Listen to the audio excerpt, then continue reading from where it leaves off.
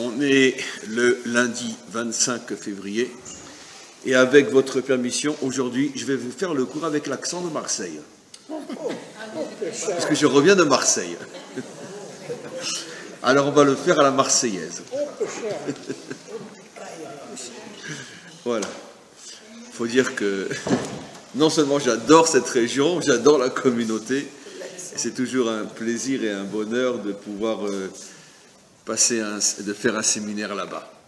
Et quoi qu'il en soit, on est, comme je disais, le 25 février, et le cours sera aujourd'hui à la mémoire de nos très chers amis et regrettés, monsieur et madame Cahin, ainsi que à la mémoire de la maman de notre grand ami et élève, Gérald, qui vient de perdre sa maman, et comme elle a mis au monde quelqu'un de bien, qu'on aime et qu'on apprécie, Gérald, donc certainement ça devait être une femme très très bien aussi. Et donc, comment ? Fruinsold. Non, ça c'est déjà trop compliqué. Gérald Fruinsold. Voilà. Et donc on va commencer notre cours, et comme vous le savez, on termine cette semaine, on termine le livre de Shemot, et les messages sont tellement énormes, blissof, sans fin.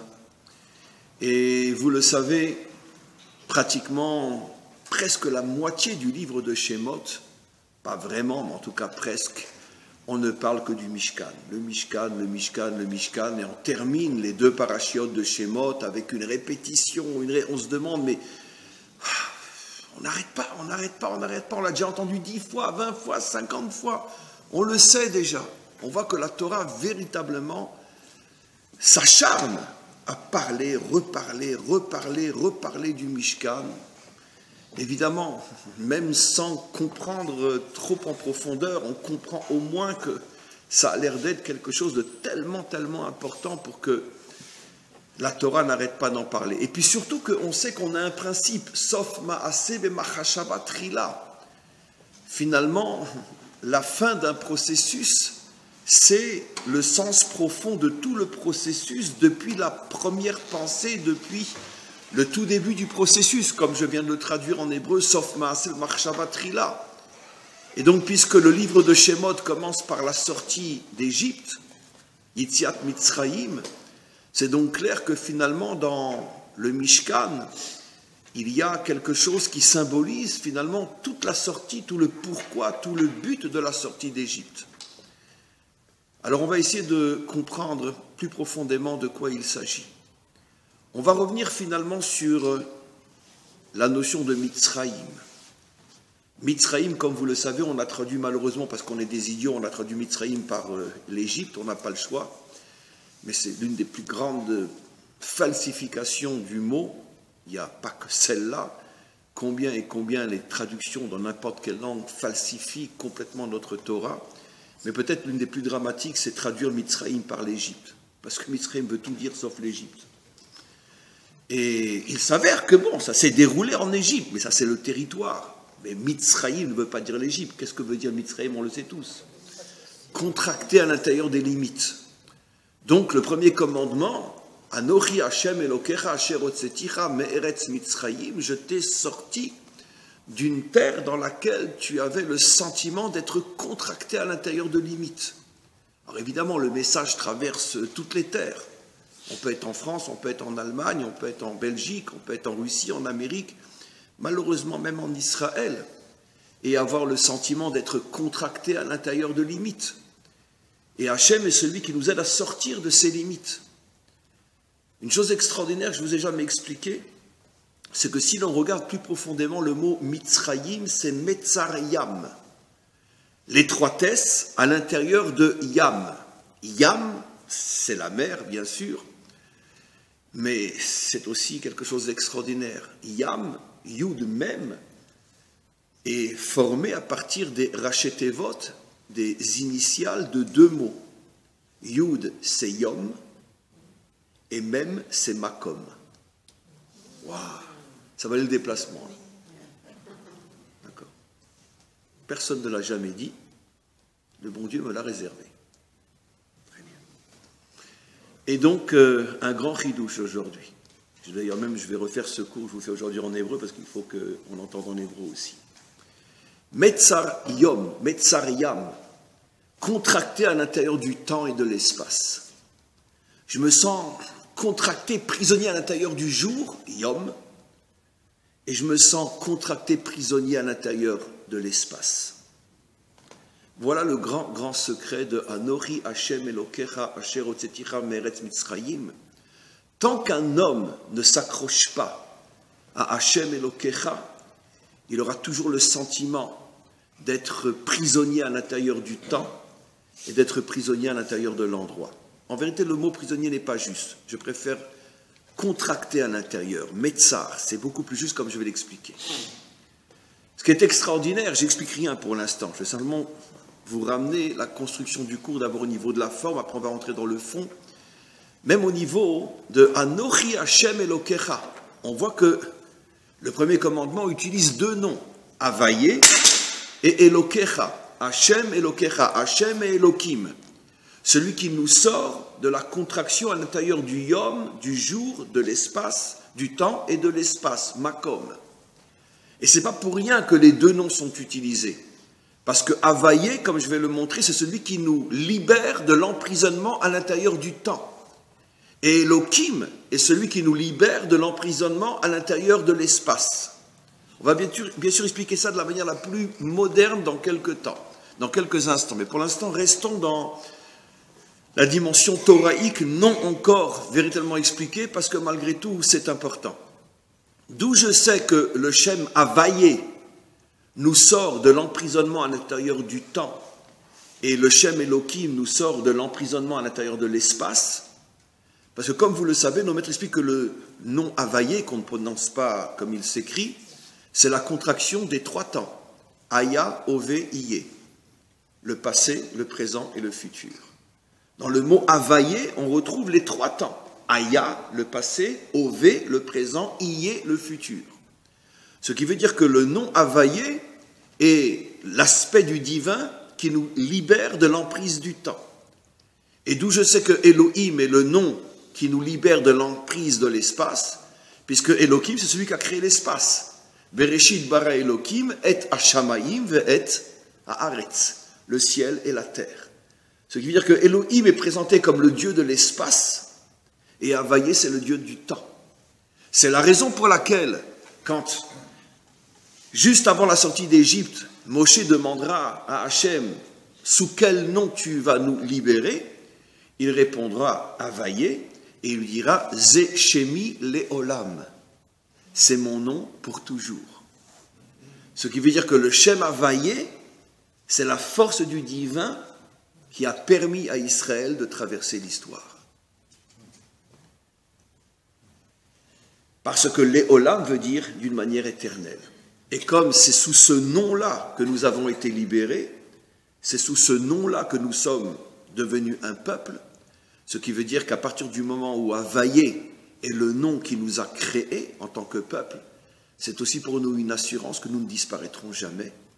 Et nous sommes là aujourd'hui pour pouvoir le vivre et le proclamer. Car toutes les civilisations qui existaient à l'époque où nous sommes nés, ont disparu depuis belle lurette. On dit belle lurette? Ça veut dire quoi belle lurette en vérité?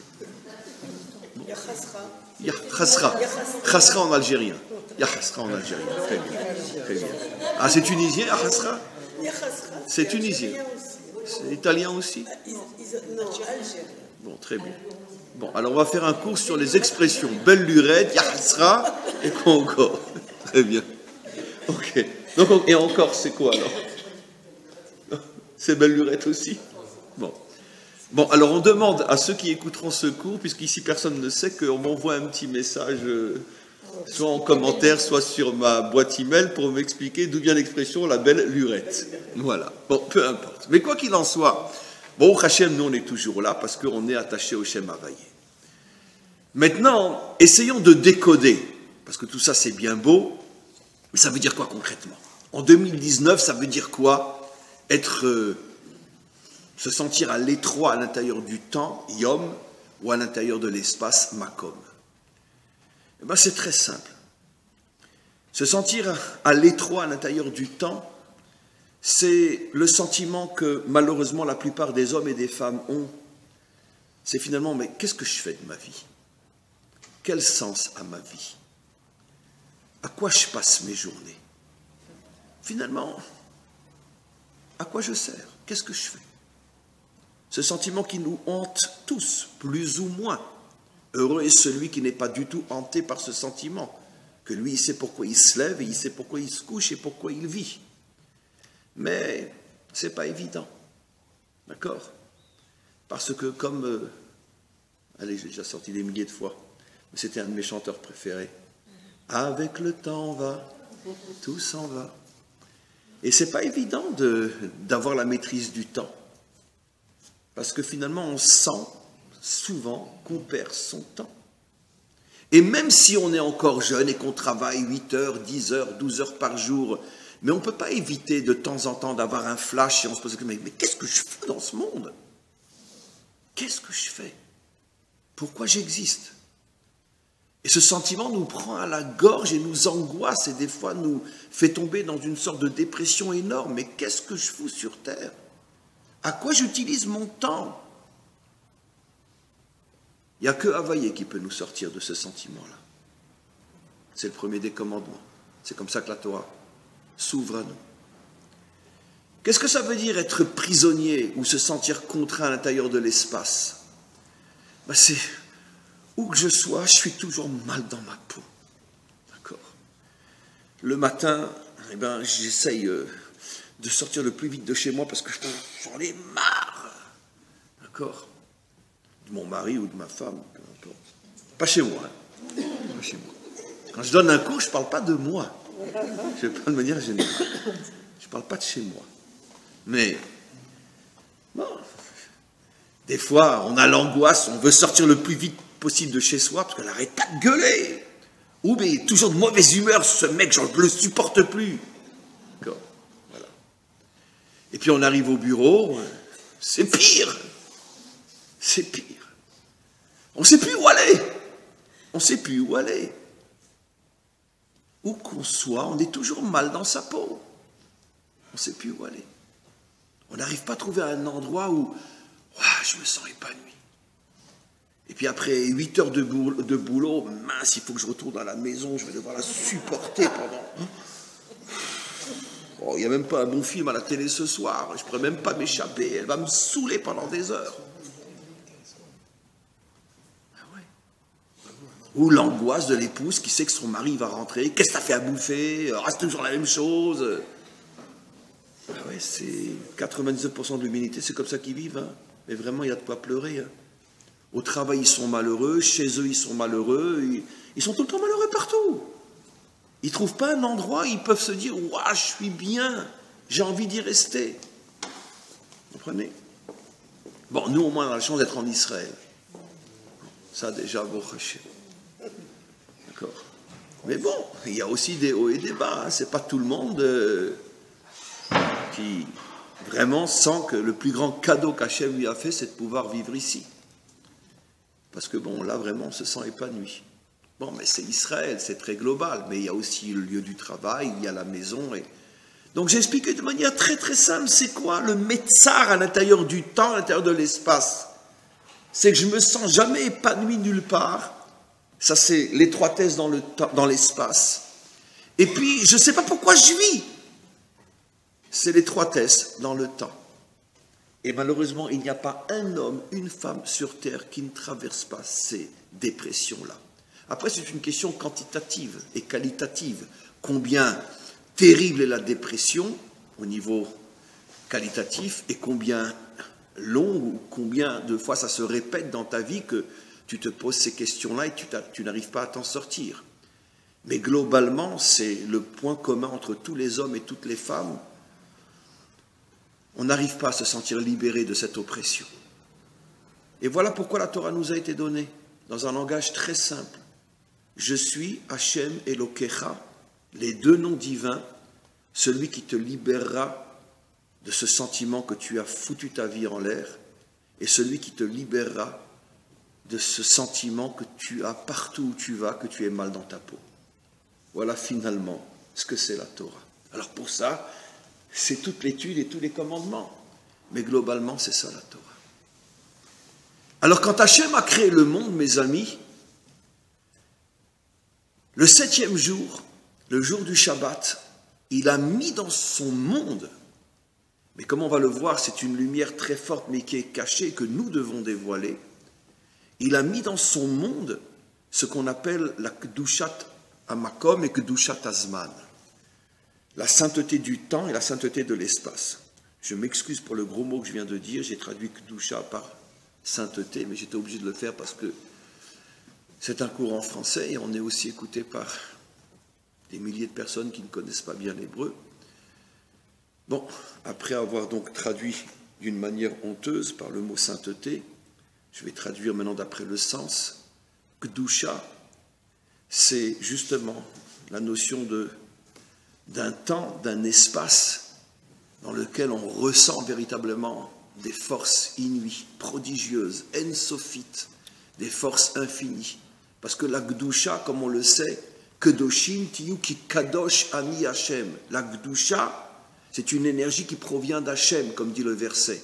Et dans la mesure où Hachem, il est en-sof, il est infini, tout celui qui est connecté à Hachem devient kadosh, c'est-à-dire il reçoit, il devient le réceptacle de forces infinies qui le libèrent, justement, de ce sentiment d'être restreint à l'intérieur du temps et de l'espace. C'est ça la Gdusha. Et le Shabbat, qui est un jour kadosh, contient en lui des énergies qui sanctifient, je le redis en français, le temps et l'espace. Sanctifie le temps, c'est évident, puisque c'est un jour sanctifié, puisque c'est le 7e jour de la semaine, tous les 7 jours, donc dans le temps, on rentre dans Shabbat, on rentre à nouveau dans une énergie qui est censée, mais je vais compléter dans quelques instants, qui est censée redonner un sens à ma vie. Puisqu'on a expliqué que le Metzar Yom, se sentir mal à l'intérieur du temps, c'est parce qu'on ne sait pas pourquoi on vit. Et le Shabbat, c'est ça, le cadeau inimaginable, comme disent nos maîtres dans le Talmud, que j'avais un cadeau qui était caché dans mon coffre-fort, traduction française, et j'ai ouvert mon coffre-fort et je voulais donner à vous, Israël, et ce cadeau, disent nos maîtres, c'est Shabbat. Comme un roi qui a dans son coffre-fort un diamant extraordinaire et il ne veut pas le donner à n'importe qui, et il va le donner finalement à son plus grand serviteur. Et c'est ce que disent nos maîtres, que le Shabbat était le plus grand de tous les trésors que le maître du monde avait, et il l'a donné à son peuple. Et c'est quoi le cadeau du Shabbat? C'est que le Shabbat, on est censé retrouver le goût à l'existence, le sens à notre vie. Encore une fois, je vais compléter ce que je vais dire, mais c'est la lumière qui est cachée à l'intérieur du Shabbat. De même, et ça par contre, peu le savent, le Shabbat, ce n'est pas seulement la sanctification du temps, c'est aussi la sanctification de l'espace. Pourquoi? Vous savez que le Shabbat, il y a un Troum Shabbat. Il y a une certaine distance qu'on n'a pas le droit de dépasser le Shabbat. Par exemple, si on se trouve dans un endroit, dans une ville, on peut même si c'est New York, d'accord, ou même si c'est Jérusalem, qui est déjà très grand, on a le droit de traverser si on le veut. Bon, peu importe, on peut traverser tout Jérusalem le jour du Shabbat, et même marcher pendant 2 heures, parce qu'on est dans un endroit où il y a des habitations. Mais si par exemple je passe Shabbat en vacances, j'ai loué une petite maison dans la campagne ou dans la montagne.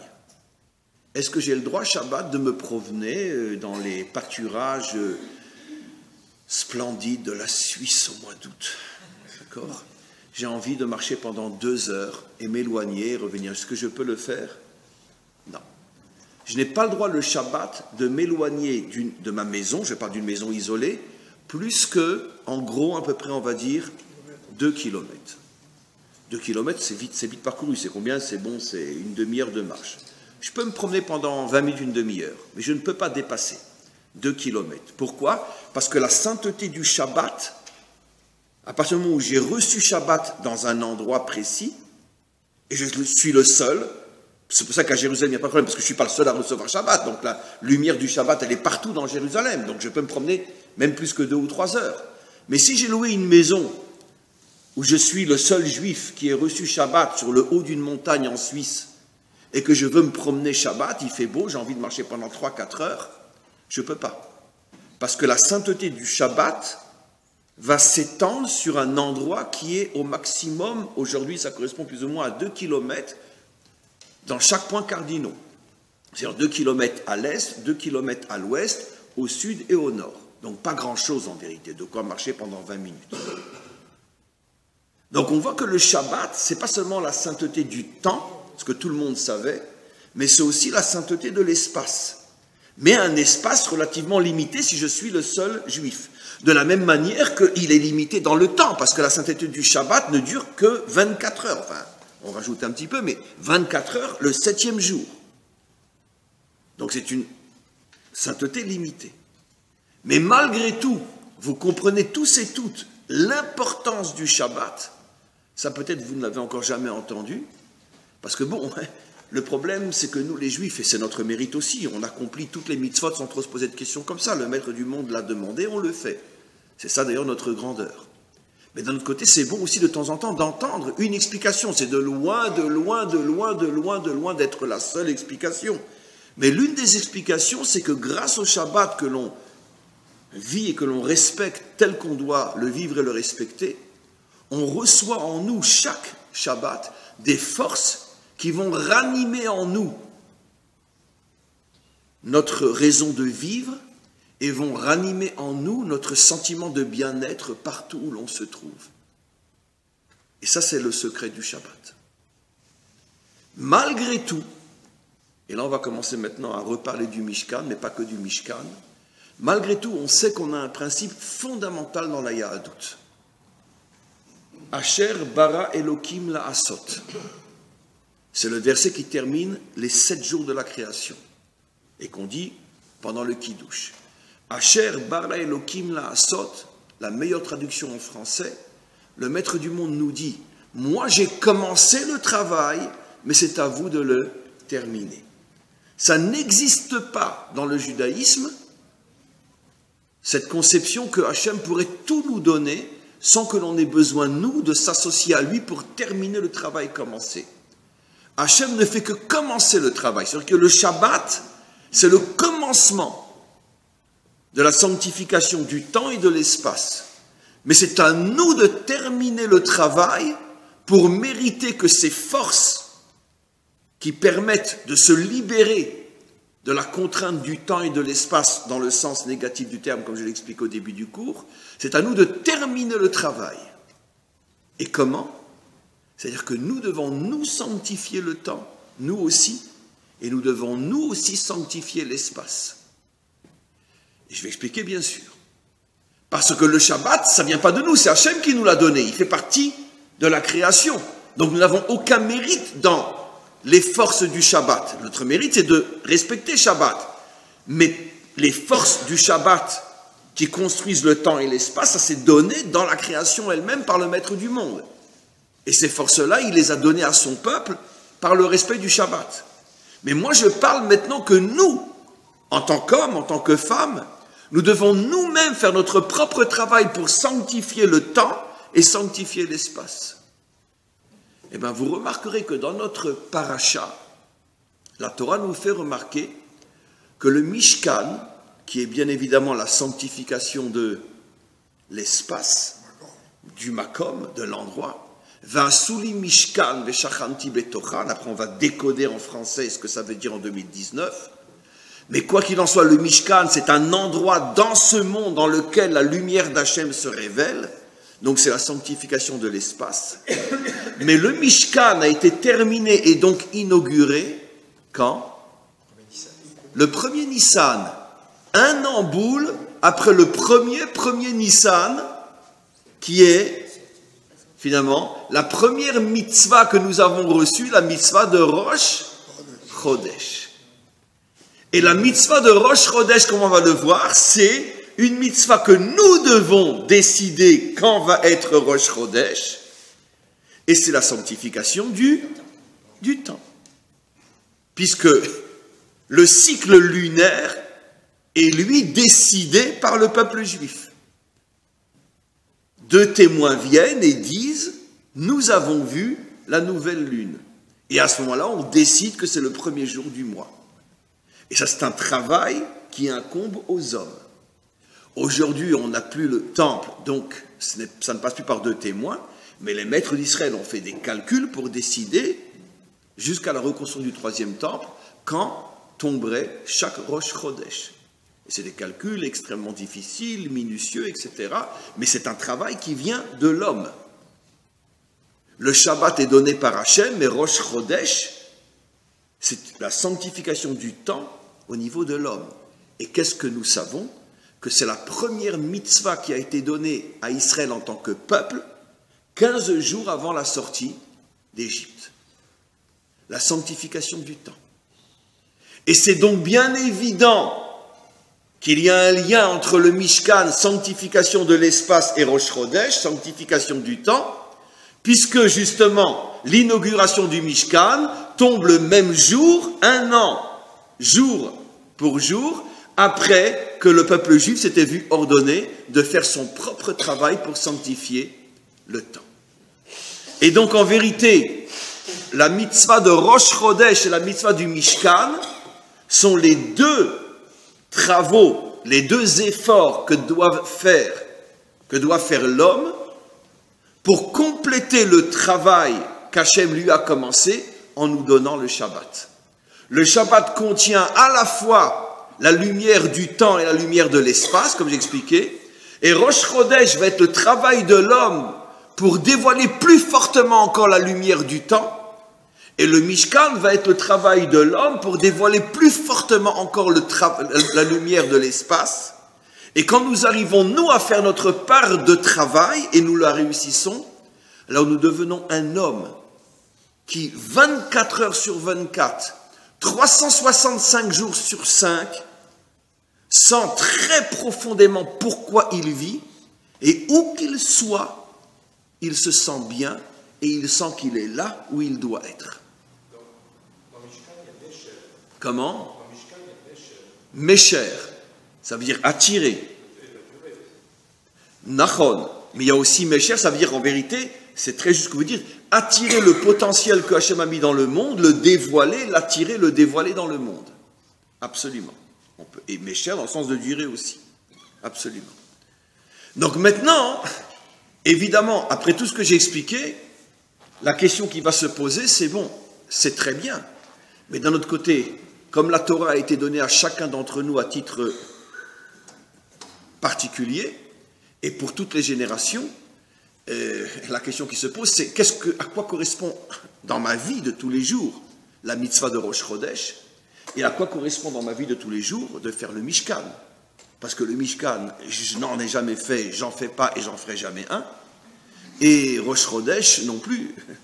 Alors ça veut dire quoi? Et on sait que chaque mitzvah de la Torah, même si dans sa forme extérieure semble pas nous concerner, dans sa forme intérieure, évidemment, dans son secret profond, évidemment qu'elle concerne chacun d'entre nous.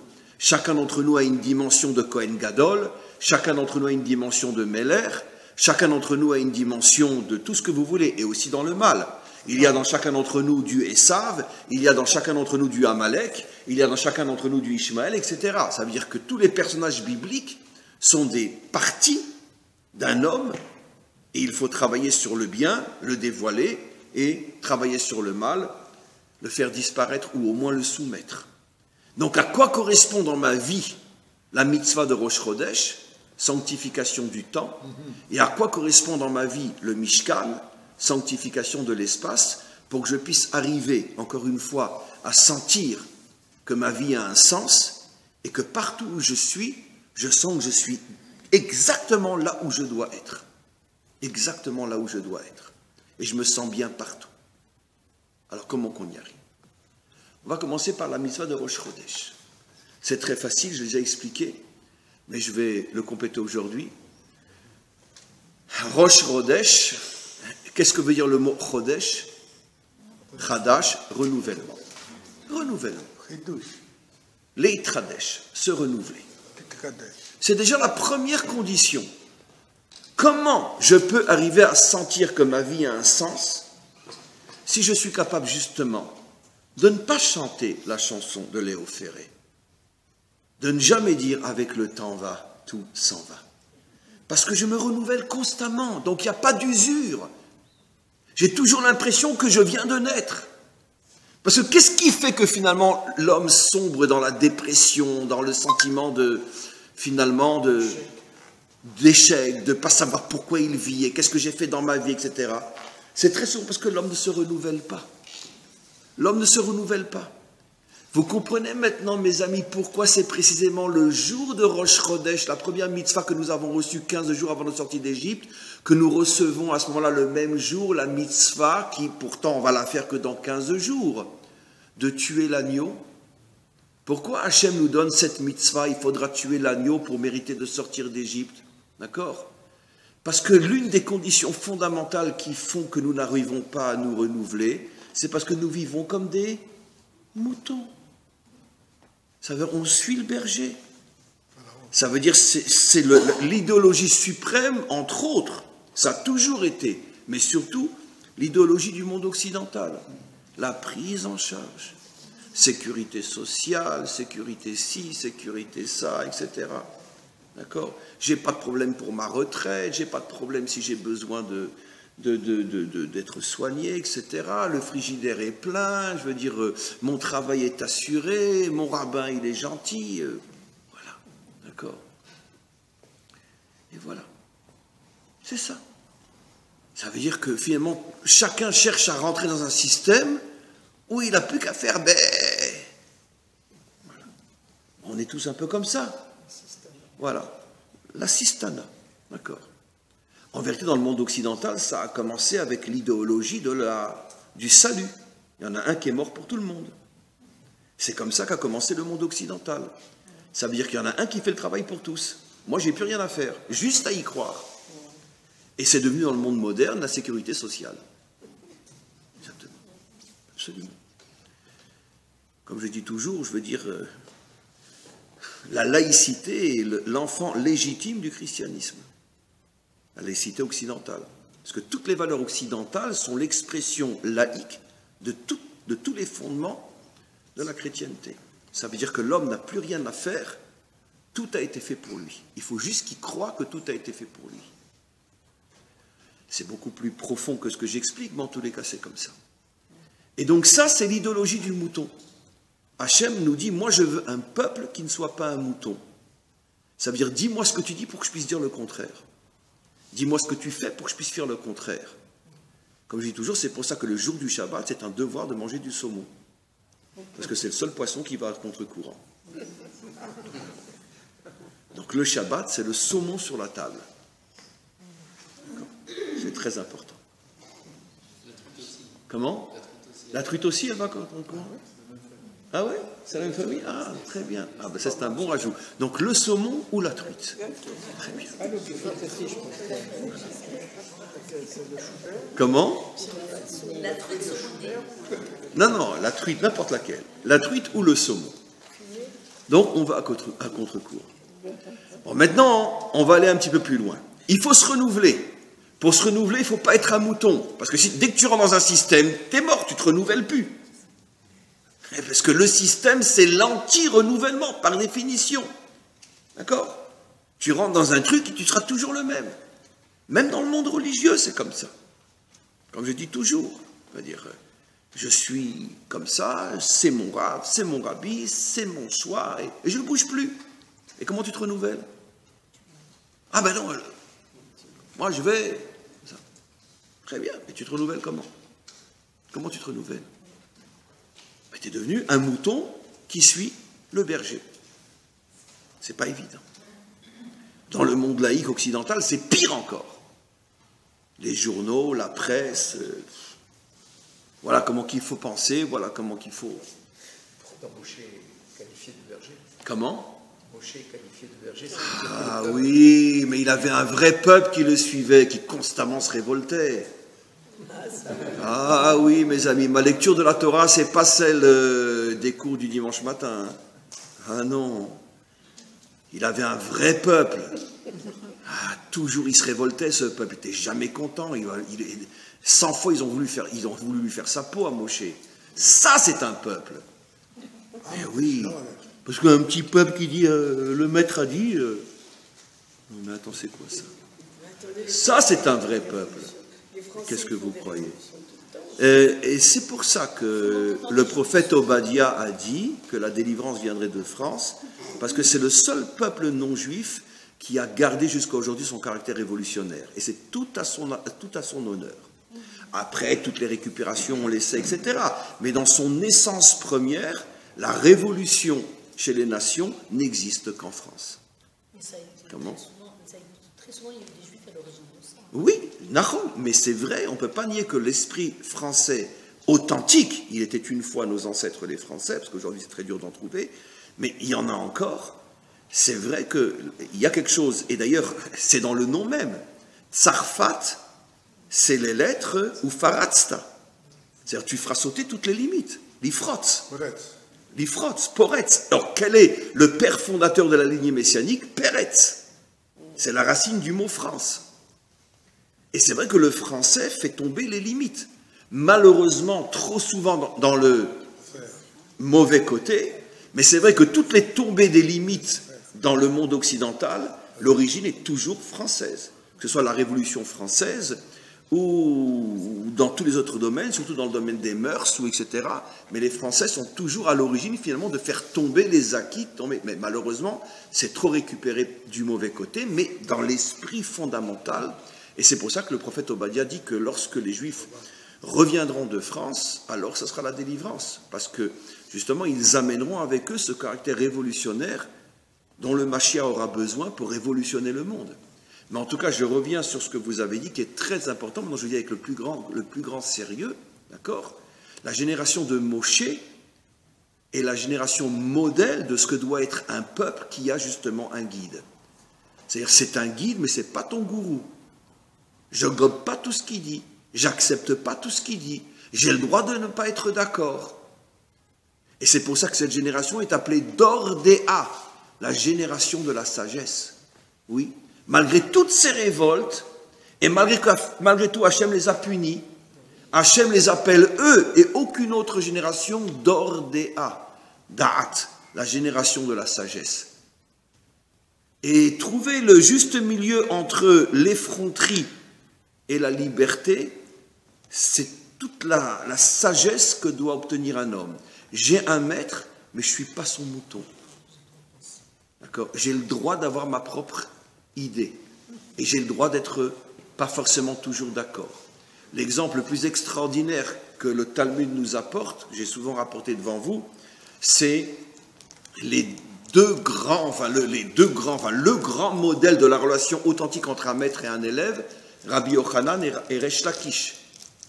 Resh Lakish, qui était l'élève le plus dévoué de son maître Rabbi Yochanan, et d'ailleurs c'est Rabbi Yochanan qui lui avait fait Teshuvah aussi, donc combien il était reconnaissant. En plus il lui avait donné Rabbi Yochanan sa sœur en mariage, donc il l'a ramené à la Torah, il lui a donné sa sœur, et c'était son maître. Resh Lakish n'était jamais d'accord avec Rabbi Yochanan. Dis-moi ce que tu dis pour que je puisse dire le contraire. Mais jamais d'accord. Et quand Resh Lakish est mort, Rabbi Yochanan a fait une dépression, il est mort quelques jours après. Et quand les élèves de Rabbi Yochanan, il en avait des milliers, ont senti que le maître était en danger, ils sont venus des centaines pour dire Rabbi Yochanan, enseigne-nous la Torah. Alors Rabbi Yochanan a repris un petit peu de force, il a vu devant lui des centaines d'élèves, et il leur a enseigné la Torah. Et les élèves, ils étaient comme ça, waouh, waouh, waouh, oh, qu'est-ce qu'il est grand! Mais là, ils n'étaient pas hypocrites, hein. Oh, qu'est-ce qu'il est grand! Waouh, quel divrei Torah, maître, quel maître! Mais ils étaient sincères. Le maître, il a tapé sur la table, il dit, bande de crétins, mais vous n'avez rien compris. Mais qu'est-ce que vous avez à chaque chose que je dis à dire que c'est fantastique? Mais où il est, Resh Lakish, qui chaque chose que je disais, il disait le contraire. Ça, c'est un élève. Qui comprend encore des notions comme ça aujourd'hui? Et pourtant, c'était vraiment un élève, et c'était vraiment un maître. Mais d'un autre côté, il n'était jamais d'accord. Alors, trouver le juste milieu entre la chutzpah, qui est interdite à l'égard de son maître, et malgré tout être un élève et ne pas forcément être d'accord, quand le Mashiach viendra, il nous apprendra à nouveau comment être un homme véritable. Mais pour l'instant, ça c'est complètement perdu. Aujourd'hui, 90% des gens qui ont des maîtres sont des moutons qui ne font que bêt et un point c'est tout. On continue. On revient maintenant à ce qu'on explique. Donc, maintenant, comment qu'on se renouvelle? Alors, on n'est pas un mouton. Mais où je vais trouver la force de ne pas être un mouton, puisque c'est tellement plus facile de devenir un mouton et de rentrer dans un système et de ne pas en sortir. Alors, mes amis, là, je vais vous faire remarquer quelque chose de très simple. Et j'en ai déjà parlé, surtout dans les derniers cours. Mais c'est tellement évident. La lune, elle ne brille que la nuit. Ah oui. Et donc, le renouvellement de la lune, c'est toujours la nuit. Parce que les témoins, quand ils viennent dire on a vu la nouvelle lune, c'est forcément la nuit. D'accord? La lune est contente. Elle est contente, la lune. Le mieux, c'est d'éteindre. Et donc, la lune, finalement, son tafkid, son travail, c'est la nuit. La nuit, bien sûr, qu'est-ce qu'elle représente? Le décodage de la nuit, tout le monde le connaît dans nos textes. La nuit, ça représente le jour, c'est quand tout va bien. La nuit, c'est quand tout va mal. Eh bien, justement, maintenant vous allez comprendre quelque chose d'extraordinaire. Pourquoi le maître du monde nous donne des nuits? Pourquoi le maître du monde nous donne des épreuves, des difficultés? Parce que c'est la seule possibilité de se renouveler. Parce que si on vivait constamment dans le jour, dans la lumière, eh bien on tomberait dans une usure inimaginable. Si quelqu'un a tout, si quelqu'un a la santé, la force, l'argent, le shlom bayit, le chinouri et la dîme, quand ça va bien dans tous les domaines, mais c'est impossible qu'il ne finisse pas par s'user, puisqu'il n'a pas besoin de fournir des efforts pour surmonter quoi que ce soit, puisque tout va bien. Qu'est-ce qui permet à un homme d'aller fouiller au plus profond de lui-même, d'aller chercher de nouvelles forces qui vont le renouveler? C'est quand tout d'un coup il est face à une difficulté imprévue par rapport à laquelle il n'a jamais eu encore besoin de chercher en lui des forces pour la surmonter, parce que, voilà. Et qui souhaite, hein? qui souhaite cette situation? Qui souhaite? Qui souhaite ce renouvellement? Ce moyen de renouvellement? Je n'ai pas dit qu'il faut chercher l'épreuve, mais il faut savoir que quand elle vient, c'est un signe que Hachem nous aime. Chez la femme. Voilà. Quand elle vient, c'est un signe que Hachem nous aime. Mais attention, mais je ne parle pas forcément de l'épreuve que le ciel nous tombe sur la tête, je ne parle pas d'Astérix ou de Obélix. Je parle de l'épreuve, des difficultés qu'on a dans la vie. Les difficultés sont on pourrait dire, l'élément indispensable à une vie qui se renouvelle. Oh, ben, qu'est-ce qui nous arrive aujourd'hui? Non, il y en a un autre. Ça ne tient pas.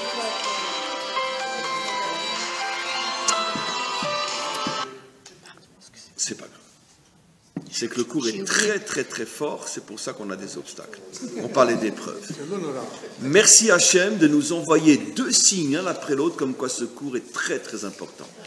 Voilà. C'est ça, comprendre le sens des difficultés. C'est quelque chose qui se cache derrière.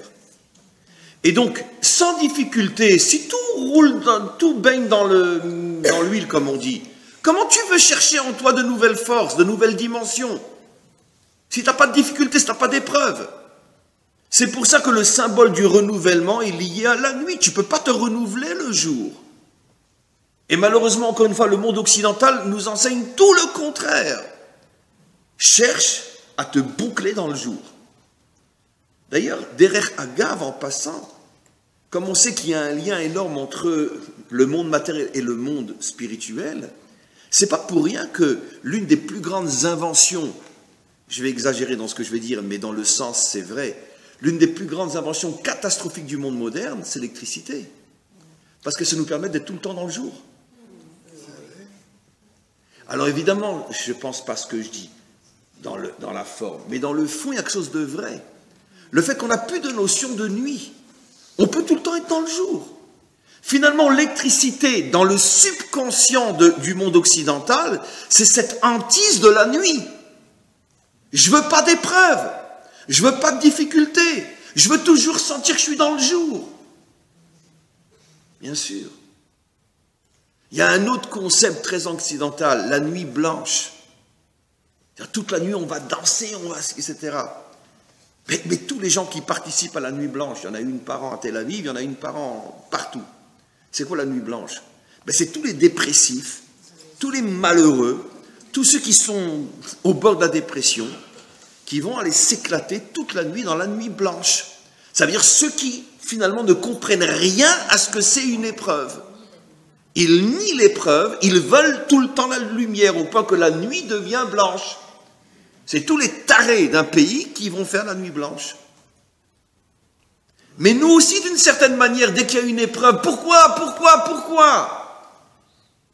Quoi, tu veux rester dans le jour? Tu veux constamment que tout aille bien? Mais tu ne pourras pas te renouveler. Et si tu ne te renouvelles pas, très très vite, tu vas sentir que ta vie n'a plus aucun sens. Donc dis merci à Hachem de t'envoyer des difficultés. Je n'ai pas forcément parlé encore une fois d'une épreuve grave, mais au moins des difficultés, que ça ne baigne pas dans l'huile. Parce que tu vas être obligé de chercher en toi des forces qui vont faire de toi quelqu'un qui est comme la lune, qui se renouvelle constamment. Et ces forces-là vont t'ouvrir de nouveaux horizons qui vont te permettre de sentir que ta vie, elle a un sens. Donc merci Hachem. Heureusement que dans le temps, il y a la nuit et il y a le jour. Vaï et rêve, vaï voker. Donc on a déjà maintenant appris quelque chose d'extraordinaire. Le Rosh Chodesh à notre niveau, c'est quoi? D'accord? C'est quand il y a une nuit devant vous, vous la prenez par le cou et vous lui dites, je vais te faire ta peau, tu verras. Tu crois que tu vas m'avoir? Non, moi je vais t'avoir. J'ai pas peur de toi. Tu regardes la nuit dans les yeux et tu lui dis, tu sais pas qui je suis, moi. Tu vas voir ce que je vais aller chercher au plus profond de moi et je vais devenir tellement fort que je vais te transformer en jour. C'est ça le Rosh Chodesh à notre niveau. Bien sûr. Et ça, c'est à la portée de chacun d'entre nous. Surtout, fort du principe que nous enseignent nos maîtres, et nous croyons ce que nos maîtres nous disent, que Akadosh Baruch Hu n'envoie jamais à quelqu'un une épreuve s'il ne sait pas, Hachem, qu'il pourra la surmonter. Nous, au début, on ne sait pas, on a l'impression que c'est insurmontable. Mais si tu es face à une difficulté, sache que c'est sûr et certain que tu as en toi la force de t'en sortir, parce que sinon, jamais Hachem te l'aurait envoyé. Et ça parle pour des gens comme nous, puisque nous ne sommes à ce point pas des bandits qui méritons que Hachem nous casse la figure. Donc c'est clair que quand Hachem nous envoie une épreuve, ce n'est pas pour nous casser la figure, car nous ne sommes pas des méchants. Nous sommes des êtres humains, avec nos qualités et nos défauts. Et Hachem nous aime comme on est. Donc si on a une difficulté, c'est une épreuve, ce n'est pas une punition. Et donc son but n'est pas de nous casser, mais au contraire, de nous aider à grandir. Voilà le Rosh Chodesh à notre niveau. Le Mishkan à notre niveau. Il nous reste 10 bonnes minutes, on va l'expliquer. Le Mishkan, c'est la sanctification de l'espace. Partout où je suis, je me sens bien. Mais c'est exactement ce que dit la Torah. Le Mishkan, il se déplaçait d'endroit en endroit, et à chaque fois qu'on arrivait à un autre endroit, la Shrina se dévoilait à l'endroit où le Mishkan se posait. Le symbole, on l'a compris. Ça veut dire que partout où tu vas, tu es bien. D'accord? Le matin, tu quittes la maison, à 8 heures, tu vas au travail. Oh, ma chérie, tu vas me manquer. Oh là là là là là là là là là. Je reviens le plus vite possible, je te promets. Et je te téléphonerai 10 fois dans la journée. D'accord? Tu arrives au travail. Bonjour, comment ça va? Alors, qu'est-ce qu'on fait aujourd'hui? Allez, ça va, t'es bien avec tout le monde. T'es content, etc. Quand tu dois repartir à 6 heures, tu quittes le boulot. Ah, vraiment, quelle journée super on a passé, c'était extraordinaire. Même si... tu vois, ça.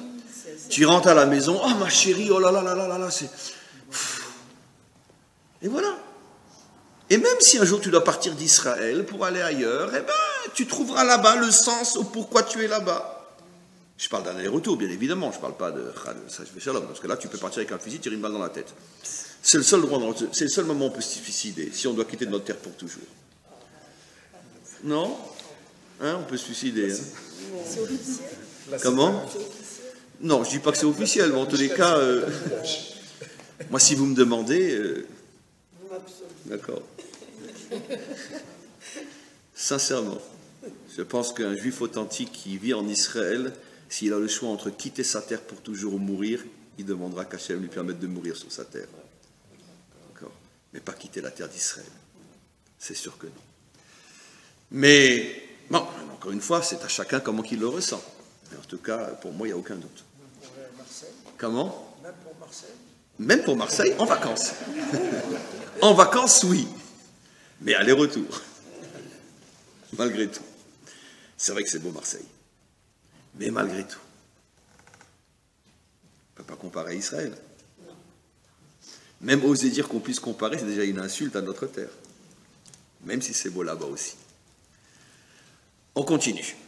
Alors maintenant, on va voir deux choses extraordinaires. Parce que maintenant, on a compris que le Mishkan, c'est la sanctification de l'espace. Partout où je suis bien. Mais comment qu'on sanctifie l'espace? Comment qu'on arrive? Qui sont les deux hommes qui ont été chargés, qui ont eu la responsabilité de construire le Mishkan? Donc de sanctifier l'espace. Betsalel, tribu de Yehuda. Oliav, tribu de Dan. Waouh, le secret que la Torah nous révèle. Les deux responsables de la sanctification de l'espace, Yehuda et Dan. Et ce qui est extraordinaire, c'est que ces deux tribus avaient un positionnement dans le déplacement dans l'espace d'Israël. C'est que Yehuda était toujours la première tribu qui se déplaçait et Dan était toujours la dernière. Yehuda toujours le premier, Dan toujours le dernier. Hachem prend le premier qui se déplace et le dernier qui se déplace, et les deux, vous me construisez le Mishkan. Waouh, on commence à comprendre là, le décodage. Mais on n'a pas fini.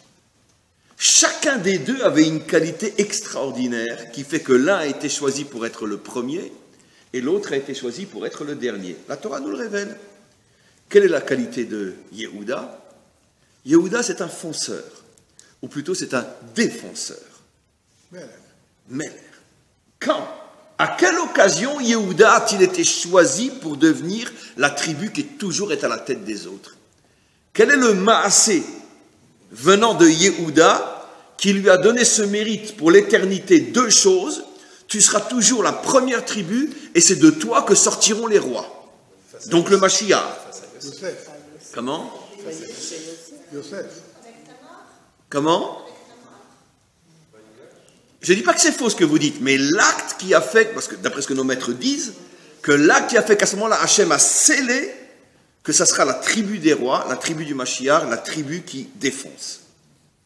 Quel est le premier de Yehuda qui a défoncé, à part défoncer Yosef? Mais qui c'est qui a défoncé la mer? Nachshon ben Aminadav, de la tribu de Yehuda. Au moment où il y avait l'obstacle infranchissable, au point que le Ham Israël s'est divisé en 4 catégories. Une, la plus lâche, qui a dit on rentre, on redevient des esclaves. L'autre, un peu moins lâche, qui a dit on se suicide, on saute dans l'eau pour mourir. Ils n'imaginaient même pas qu'elle pourrait s'ouvrir. Au-dessus des deux premières, ceux qui ont dit on va se battre. Au-dessus, tous ceux qui se sont mis avec Moshe, on va prier. Hachem se met en colère contre Moshe, et a plus forte raison contre les autres. Il lui dit, Matitzakelai, j'ai pas besoin de ta prière, arrête. Pourquoi? Parce que même dans ta prière, tu fais quelque chose qui est négatif. Tu es en train de dire qu'il n'y a rien d'autre à faire que de demander au bon Dieu. Mais il y a oui à faire. Avance. C'est pas moi, c'est inversé. Daber el ben Israël va Yissou. Avance. Moshe regarde Hachem et dit, avance où? Avance où? Nachshon comprend. On avance, la mer va s'ouvrir. Et à ce moment-là, Nachshon introduit dans ce monde quelque chose de complètement nouveau. Quand tu es devant un obstacle et que tu n'as aucune possibilité d'imaginer, même pas de penser logiquement, même d'imaginer que tu puisses le surmonter, fais un acte d'Emouna, une action d'Emouna. Pourquoi j'appelle ça une action d'Emouna? Parce que ce n'est pas une action logique, ce n'est pas une action sensée. Toi, tu avances dans l'eau. Tu crois qu'elle va s'ouvrir? Avance. Entête-toi. Avance. C'est la différence entre Nachshon et Moshe. Moshe, il était lui aussi au niveau de la Emouna, mais une Emouna passive. Il prie. Hachem dit, quand on est face à un obstacle, bien sûr qu'il faut prier. Mais on ne s'arrête pas à la prière. On doit transformer la Emouna en action. On agit. Et ça déclenche. Voilà.